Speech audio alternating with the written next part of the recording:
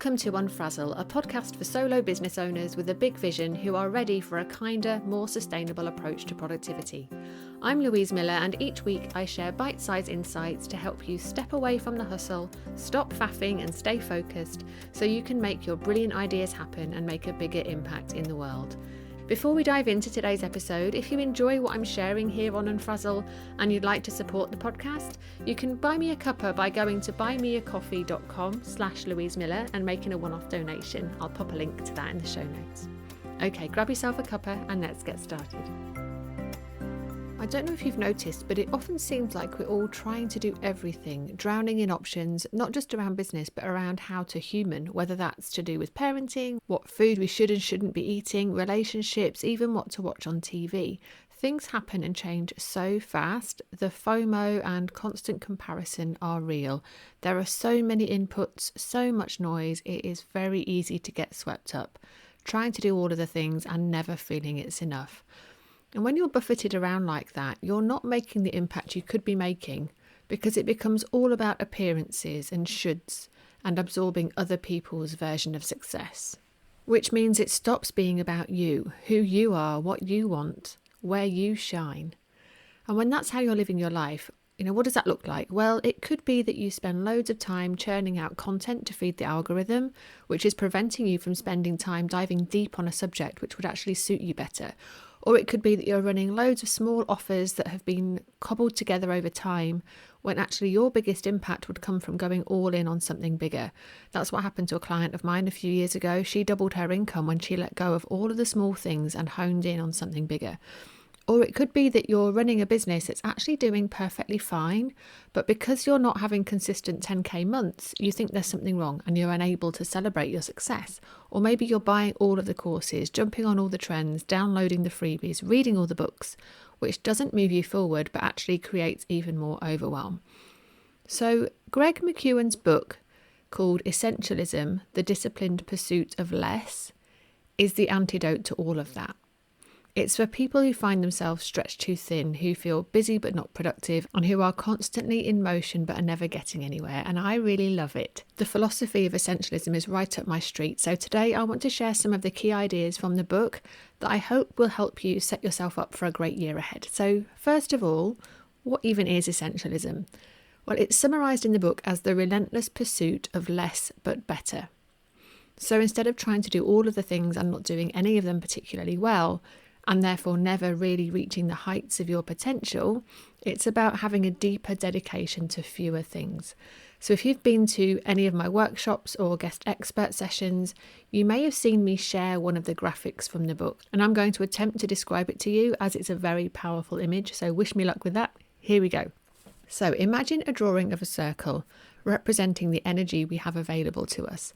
And there are lots of little arrows coming out of that circle that illustrate putting all of that energy into lots of different things. So lots of short little arrows coming out of that circle. And in the book, Greg McKeown calls that the unfulfilling experience of making a millimetre of progress in a million directions. Now next to that, there's another circle, again representing our energy, only this time there's one long arrow pointing straight up. And in that illustration, the same amount of energy is being given to fewer activities, which gives us what he calls the satisfying experience of making significant progress in the things that matter the most. So it's a very simple visual, but it always makes an impact, and it beautifully demonstrates why essentialism is so powerful. So if we can understand that essentialism is the relentless pursuit of less but better, in order to live that way, we need to distinguish the vital few from the trivial many. That's something else he talks about in the book. Right, but how do we do that? How do we distinguish the vital few from the trivial many? Well, to me, that's where having a really strong connection to how you want your life to look and feel is important. Because when you've got clarity around that, it becomes so much easier to see what is and isn't important. So another thing you can think about here is where you can make the biggest impact. Not just where you can make the biggest impact for others, but also what will make the biggest impact for you, giving you the success you want. What's the best use of your time and energy? Where do you shine? What are the things that only you can do? If you know you're at your best, for example, and can make the biggest impact when you're on stage, how can you lean into that? If you know you get incredible results when you meet people face to face, how do you do more of that? If you know that people respond really well from experiencing what it's actually like to work with you, and that feels easeful and fun for you, how can you do more of that? It's thinking about things like that that will allow you to understand what the vital few activities are for you, and that will look different for everyone. But when you know the highest impact activities that are in your zone of genius and that feel easeful for you, that's when you can start to let go of the trivial many. One thing I love about this book is how many great sound bites there are, and distinguishing the vital few from the trivial many is one of them. Let me hit you with another one. The main thing is to keep the main thing the main thing. The main thing is to keep the main thing the main thing. I love that. And in my mind, that can be applied in so many ways. It can feed into big picture planning, where you decide what's most important and let go of anything that might get in the way of you moving that thing forward. But it can also be applied in smaller ways as you're working day to day. So if you need to write an email to your list, for example, for the time you're at your computer, the main thing is to keep the main thing, so writing that email, the main thing until it's done. Or if you're having a slow Sunday with your family, the main thing is to keep the main thing, which is meaningful time with the people that you love. Keep that main thing the main thing, so you're not tempted to scroll on your phone or just quickly do something else that would mean you're not present with the people around you. It sounds simple, but I know it isn't always, which is why I also love what Greg McKeown says in the book about trade-offs. So when I'm working with a client who has a long list of things they want to get done, and I can see that it's never all going to happen in the time that they want it to, it's my job to help them figure out what's the main thing and what can wait. And sometimes that's easy, but often it isn't. Because making those decisions, choosing what that main thing is, will often involve trade-offs.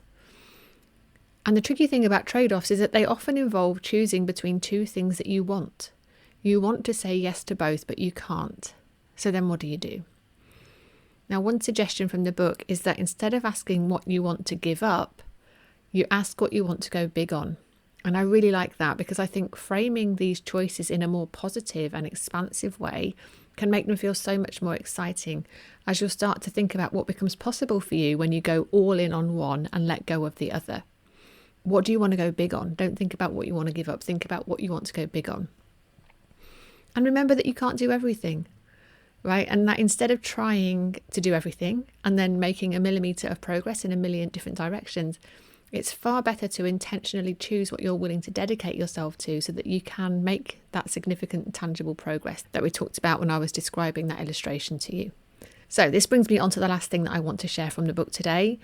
And it's another great soundbite, which is that our highest priority is to protect our ability to prioritise. So our highest priority is to protect our ability to prioritise. For me, this is everything. Because if you don't protect your ability to prioritise, to distinguish the vital few from the trivial many, you can't keep the main thing the main thing. And you'll carry on spreading yourself too thin, feeling busy, but not getting very far. So how do you do that? How do you protect your ability to prioritise? Well, let's start by thinking about those moments when prioritising feels impossible.